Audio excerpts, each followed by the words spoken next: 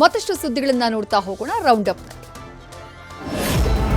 ಪುರಸಭಾ ಸದಸ್ಯ Ravi alias scrap Ravi ಕೊಲೆ ಪ್ರಕರಣಕ್ಕೆ ಸಂಬಂಧಪಟ್ಟಂತೆ ಸಾಮಾಜಿಕ ಜಾಲತಾಣದಲ್ಲಿ ಗ್ಯಾಂಗ್ ವಾರ್ ಶುರುವಾಗಿದೆ. ಕೊಲೆಯಾದ ರವಿ ಸಹಚರರು ಕೊಲೆ ಆರೋಪಿಗಳಿಗೆ ಕೊಲೆ ಮಾಡೋದಾಗಿ ಇನ್ಸ್ಟಾದಲ್ಲಿ ಪೋಸ್ಟ್ ಮಾಡಿ ಬೆದರಿಕೆ ಹಾಕಿದ್ದಾರೆ. ಅತ್ತ ಕಾರ್ತಿಕ್ ಕೂಡ ರವಿ ಸಹಚರ ಗ್ಯಾಂಗ್ಗೆ ವಾರ್ನಿಂಗ್ ಕೊಟ್ಟಿದ್ದಾನೆ. ಇನ್ನು ಕೊಲೆ ಆರೋಪಿ ಕಾರ್ತಿಕ್ಗಾಗಿ ಆನೇಕಲ್ ಠಾಣೆ ಪೊಲೀಸರು ಬಲೆ ಬೀಸಿದ್ದಾರೆ.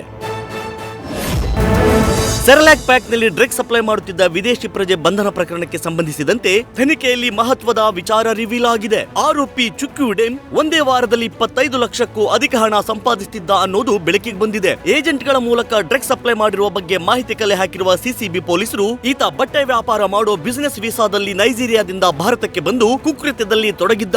ಈವರೆಗೆ ಆತನಿಂದ 6 ಕೋಟಿ ಮೌಲ್ಯದ MDMA ಡ್ರಗ್ಸ್ ಸೀಸ್ ಮಾಡಿರುವ ಸಿಸಿಬಿ ಡ್ರಗ್ಸ್ ಸಪ್ಲೈ ಮಾಡಿದ್ದ ಎನ್ನಲಾಗ್ತಿದೆ.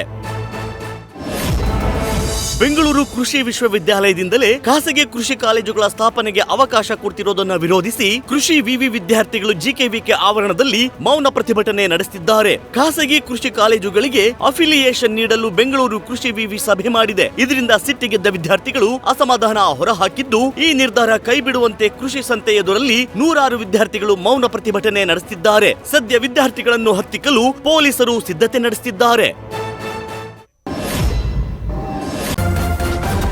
ನ್ಯೂಸ್ ಫಸ್ಟ್ ನಿರ್ಭೀತಿಯಿಂದ ನಿಮ್ಮ ಪರವಾಗಿ.